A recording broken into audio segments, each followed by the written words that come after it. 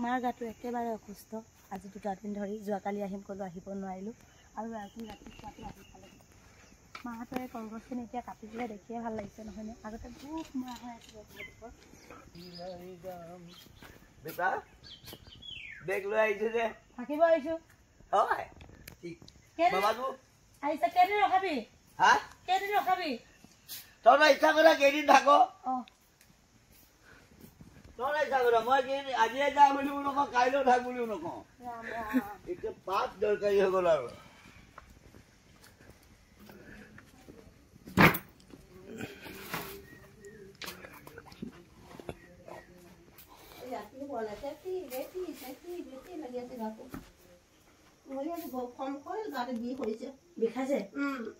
বিষাইছে গাটো গোটেই গাতে বিষাইছে। কালি মেডিকেলত ডক্টৰ কি ক'লে? দৰৱ দিলে আৰু তাৰপৰা প্ৰেছাৰটো নাই বুলি ক'লে। তাৰপৰা দৰৱ দিলে ইমানে ক'লে আৰু খাই ভাল নাই লগা। কোন নাই লগা? ভাত খোৱাই নাই এতিয়া আৰু গোটেইখিনি খালে ভাল পাওঁ বাৰু। কি খালি এতিয়া? ভাত এতিয়া মানে দিলে শুনাই দৰা খাবলৈহে খালো। গা এনেই বিষাইছে? গোটেই গাখন বিষাইছে। মাথা গা চব বিষাইছে। বিষৰ বিল দিছিলে নাই? দিছে কৈছিলো বিষাইছে বুলি ছাৰক দলে ছাৰক। তাৰপৰা দৰৱ দিলে পেটৰ লিভাৰ দৰৱ ওলাইছিলে এই গুলপীয়াটো।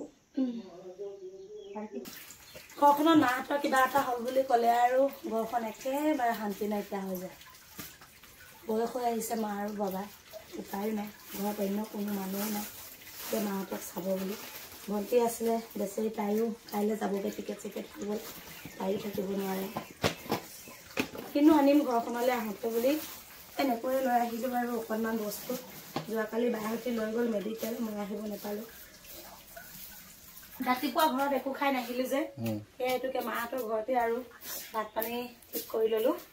ঘৰতো এইফালে তোমাৰ লাই আৰু লচকচি ভাজি, কণী এটা বইল, লগতে বিলাহী, জলকীয়া, নৰসিংহ পাত, ধনিয়া মিক্সাৰ নিচিনা পিচি কিন্তু একদম ভয় লাগে যে মই কণী নোখোৱাবি পাপাক আৰু নাই নহয় বেলেগ চব্জি বনোৱা নাই। দেখা তাক মেডিকেল লৈ যাম। কেইদিনমানৰ কাৰণে বোলো ঘৰখনত থাকি যাম, ঘৰখন অকণমান গৰম হৈ থাকিব। মা আৰু বাবাৰ কথা, ঘৰত থাকিবলৈ বোলে তই নহব, নিদিয়ে থাকিবলৈ।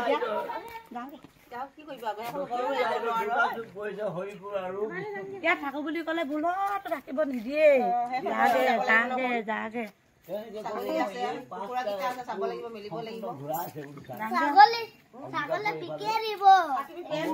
তই কাপোৰখিনি খুলিলে পিন্ধি লগে যাম।